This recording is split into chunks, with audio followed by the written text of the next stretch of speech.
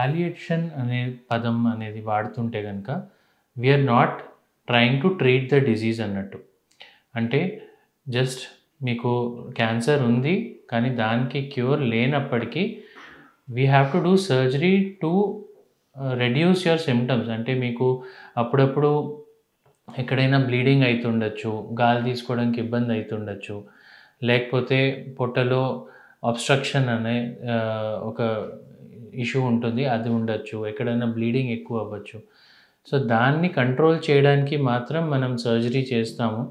కానీ that procedure as such it will not change the course of disease. అంటే మీ వ్యాధి తగ్గించడానికి ప్రొసీజర్ కాదు. సో దాన్ని పాలియేటివ్ సర్జరీ అంటారు. So it is just a temporary relief for any problem which is మీకు చాలా ఇబ్బంది పెడుతున్న ప్రాబ్లమ్కి మనం చేసుకోవచ్చు. సపోజ్ ఒక థ్రోట్ క్యాన్సర్ పేషెంట్కి గాలి అందట్లేదు. సో గాలి అందకపోవడానికి కారణాలు ఇక్కడ just because if it is blockage of the passage, air ప్యాసేజ్లో ప్రాబ్లం ఉంది అంటే కనుక ఇక్కడ ఒక హోల్ చేసి ట్రెకాస్టమీ అని ఒక సర్జరీ చేస్తాము.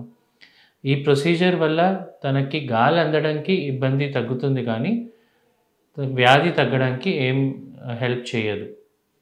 సేమ్ థింగ్ ఫీడింగ్ కోసం అప్పుడప్పుడు ప్రొసీజర్ చేస్తారు, ఫీడింగ్ జెజునాస్టమీ లేకపోతే ఫీడింగ్ గ్యాస్ట్రాస్టమీ అని.